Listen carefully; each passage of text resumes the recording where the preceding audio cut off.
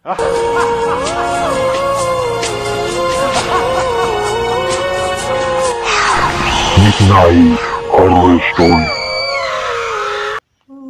ডাক।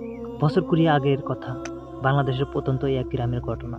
গ্রামের প্রান্তে এক পুরনো বাড়ি, যে বাড়ির সামনে দিয়ে কেউ রাতের বেলা হাঁটতে সাহস পায় না। লোকমুখে শোনা যায়, সেই বাড়িতে রাত হলেই নিশির ডাক শোনা যায়। নিশির ডাক মানে হলো সেই ডাক যা শুনলে মানুষ সম্মোহিত হয়ে সেই ডাকে সাড়া দিয়ে বাইরে বেরিয়ে আসে, আর ফিরে আসে না। গ্রামের অনেকেই বলে, এই বাড়ির আশেপাশে রাতের বেলায় এক পলক ছাদের আলোয় সাদা পোশাক পরা এক নারীকে হাঁটতে দেখা যায়। কেউ কেউ বলে, এটা শুধু কল্পনা নয়, তাদের চোখের সামনে এমনটা ঘটেছে। এক রাতে গ্রামের যুবক রাহাত আর তার বন্ধু সবুজ ঠিক করলো, এর রহস্য শেষ করবে। গ্রামের অনেক মানুষ তার নিষেধ করলো, কিন্তু কেউ তাদের সাহসকে আটকাতে পারলো না। পূর্ণিমার রাত, দুজন সেই পোড়াবাড়ির দিকে রওনা দিল। সেদিন আকাশে মেঘের আড়ালে পূর্ণিমার আলো কখনো দেখা দিচ্ছিল, কখনো হারিয়ে যাচ্ছিল। পোড়া বাড়িতে ঢুকতেই তারা অনুভব করলো চারপাশটা কেমন অস্বাভাবিক শীতল। সেই ঠান্ডা হাওয়ায় গা ছমছমে করে উঠল। দেয়ালের বিভিন্ন স্থানে কালো কালি দিয়ে কিছু অদ্ভুত প্রতীক আঁকা ছিল। ঘরের চারপাশে শূন্য দৃষ্টিতে তাকিয়ে থাকতেই তাদের কানে আসতে লাগলো একটি মিষ্টি মেলি কণ্ঠস্বর। মনে হচ্ছে যেন কোথাও দূর থেকে কেউ তার নাম ধরে ডাকছে, রাহাত, সবুজ। দুজনে বিস্মিত হয়ে একে অপরের দিকে তাকালো। তারা হাঁটতে শুরু করলো, আর সেই কণ্ঠস্বর তাদের পিছন পিছন চলতে লাগলো। দুজনেই ভয়ে ঘেমে গেছে। হঠাৎ করে দেখলো ঘরের এক কোণে একটি পুরনো আয়না রাখা। স্নান আলোয় তারা দুজনে একে অপরকে কিছুটা সাহস দিল, আর আয়নার সামনে এসে দাঁড়ালো। ঠিক তখনই আয়না দেখতে পেল তারা দুজনে সেখানে দাঁড়িয়ে নেই, বরং সেখানে দাঁড়িয়ে এক দীর্ঘকেশী সাদা পোশাক পরা নারী। তার চুলগুলো এলোমেলো হয়ে আছে, মুখ ডেকে রেখেছে। রাহাত ভয়ে পিছিয়ে যেতে চায়, কিন্তু পা যেন ভারী হয়ে গেছে। নারীটি ধীরে ধীরে মুখ তুলল, আর দুটো লালচে চোখ তার দিকে তাকিয়ে রইল। আমার এখানে এসেছো কেন? নারীর ঠোঁট নড়ছে না, কিন্তু কণ্ঠস্বর স্পষ্ট শোনা যাচ্ছে তাদের কানে।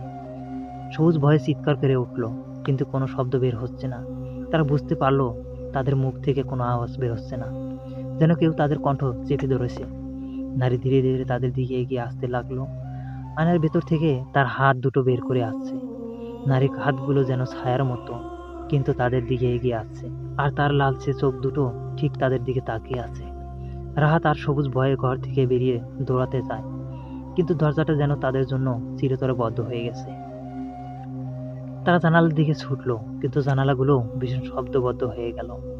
মনে হলো যেন ঘরটা তাদেরকে আটকে রাখতে চায়।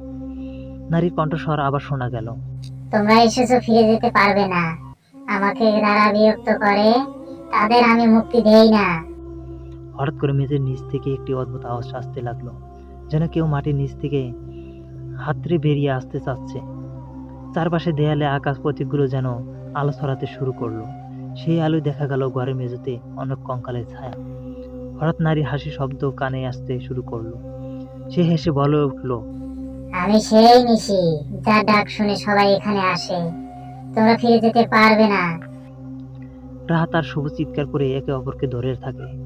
মেঝের কঙ্কালের হাড়গুলো যেন জীবন্ত হয়ে তাদের দিকে এগিয়ে আসতে থাকে। হাড়ের কঙ্কালগুলো হাত বাড়িয়ে তাদের দিকে আসছে, আর তারা চিৎকার করতে করতে মেঝেতে বসে পড়ে। সেই নারী ছায়া ধীরে ধীরে মিলিয়ে যায়। পরের দিন সকালে গ্রামের মানুষ তাদেরকে দুজনকে অচেতন অবস্থায় পোড়াবাড়ির সামনে পড়ে থাকতে দেখে। তারা বেঁচে ছিল, কিন্তু মুখে কোনো শব্দ ছিল না। কেউ জানে না সেই রাতে তাদের কি হয়েছিল। এরপর থেকে রাহাত আর সবুজের মুখ থেকে আর কোনো কথা বের হয়নি। তারা সারা জীবনের জন্য নীরব থেকেছে, আর সেই নিশি ডাকের কথা গ্রামের লোকদের মনে করিয়ে গেছে।